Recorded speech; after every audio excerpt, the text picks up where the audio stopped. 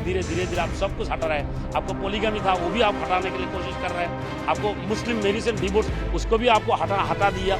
अभी क्या बाकी है? आसाम के सीएम साहब के इशारे में सब चल रहा है। आसाम के मुख्यमंत्री आजकल क्या कर रहे हैं, मुसलमान की लड़कियां क्या पहनेगी उस पर उनकी नजर है। मुसलमान शादी ब्याह कैसे करेंगे, निकाह कैसे होगा मुसलमान का, उस पर उनकी नजर है। If somebody is taking a break for a Jummah namaz, then obviously we Hindus can also get a break for our temples. इनको इस्लामों और मुसलमानों फोबिया हो गया है। ये हमेशा वही बात करते हैं जो मुसलमान को हिट करेगी।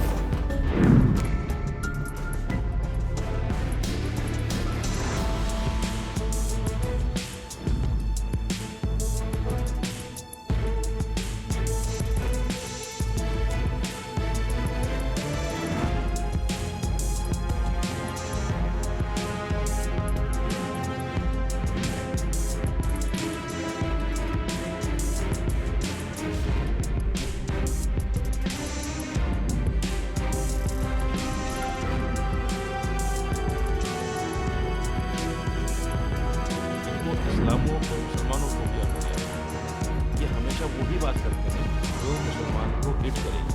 भाजपा के लोगों ने मुसलमान भाइयों को एक सॉफ्ट टारगेट बना लिया।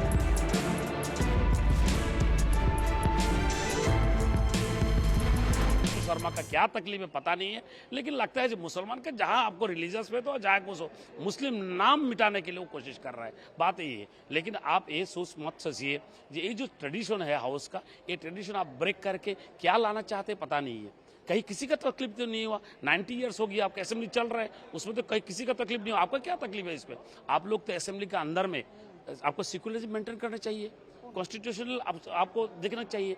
आपको हक जो है हर आदमी का रिलीजियस फेथ है, उनको प्रैक्टिस करने का उसका हर आदमी का होता है ना, दिल चाहता है। लेकिन आप तो हम लोग का दिल तोड़ दिया, ये सही नहीं किया है। और आप क्या करते हैं अंदर में जो खाना वाना जो बनाते हैं इस असेंबली हाउस में जो खाना देते हैं, अच्छी की बात है, ये तो खाना हम लोग खाते रहते हैं। लेकिन आप लोग उधर भी पोर्क भी रखते हैं, ये तो हम लोग का सेंटिमेंट होता है। भाई पोर्क क्यों रखते हैं आप लोग? ऐसा नहीं करना चाहिए। तो आप तो धीरे धीरे आप सब कुछ हटा रहे हैं। आपको पॉलीगैमी था वो भी आप हटाने के लिए कोशिश कर रहे हैं। आपको मुस्लिम मैरिज एंड डिवोर्स उसको भी आपको हटा दिया।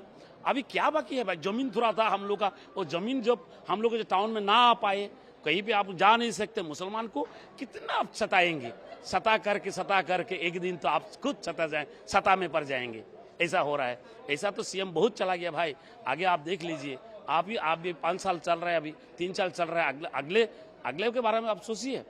हर आदमी आपका ऊपर में विश्वास है, आप कॉन्स्टिट्यूशनल हेड है, उसमें आपको सारे को आपको समान इक्वली दिखना चाहिए। लेकिन आप तो इक्वली नहीं दिख रहा है, ये सही नहीं कर रहा है। सारे हिंदुस्तान आपको देख रहा है और हिंदुस्तान का आदमी आपको नफरत कर रहा है। अभी आप सोच लीजिए अब क्या करना है। लेकिन आप जो नमाज के लिए जो आप टाइम जो हम लोग था वो जो आप उड्डन कर दिया, कोई बात नहीं, हमको नमाज को उड्डन नहीं कर सकते।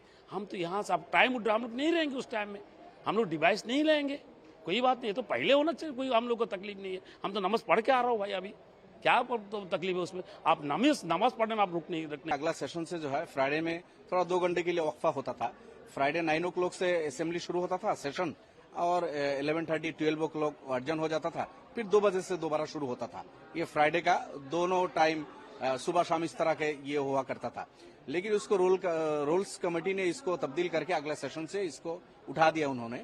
हमारा एमएलए अमीनुल इस्लाम रूल्स कमेटी में उन्होंने सुझाव दिया था कि एक भाईचारे की बात है, ये आपस में मोहब्बत बढ़ती है इससे।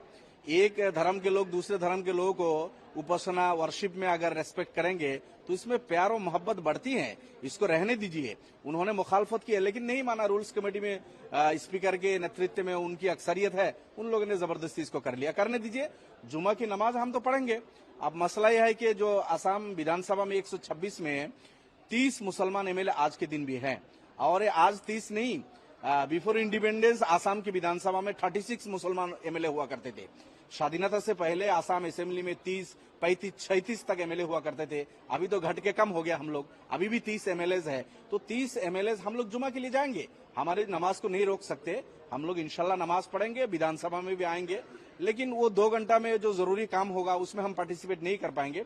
स्पीकर से हमने ही मांग किया था, कोई कभी जरूरी बिल होगा और कुछ होगा जिसमें हमारा इस 30 एमएलए का पार्टिसिपेशन नहीं होगा, आप इसको इसी तरह रखने दीजिए। लेकिन हमारे असम के सीएम साहब के इशारे में सब चल रहा है। असम के मुख्यमंत्री आजकल क्या कर रहे हैं, मुसलमान की लड़कियां क्या पहनेगी उस पर उनकी नजर है, मुसलमान शादी ब्याह कैसे करेंगे, निकाह कैसे होगा मुसलमान का उस पर उनकी नजर है, मुसलमान के घर में क्या खाना पकेगा वो भी वो तय करने लगे। अब मुसलमान नमाज कब पढ़ने जाएंगे नहीं जाएंगे ये भी वो तय करना चाहते हैं, लेकिन नहीं कर पाएंगे।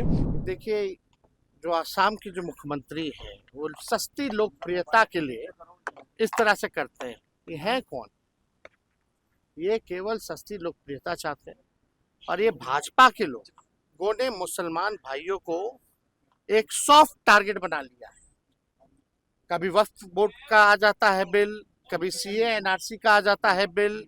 किसी ना किसी प्रकार से ये माइनॉरिटी के लोगों को, अल्पसंख्यक को ये भाजपा के लोग तंग करना चाहते हैं, समाज में नफरत घृणा पैदा कराना चाहते हैं।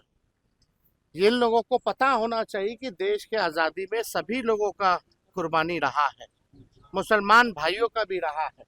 इसको दरकिनार नहीं किया जा सकता है। और इस देश में संविधान के अनुसार सभी को जो है इजाज़त है, हर धर्म को समानता है, हर धर्म का मान्यता है, ये हमारे संविधान में।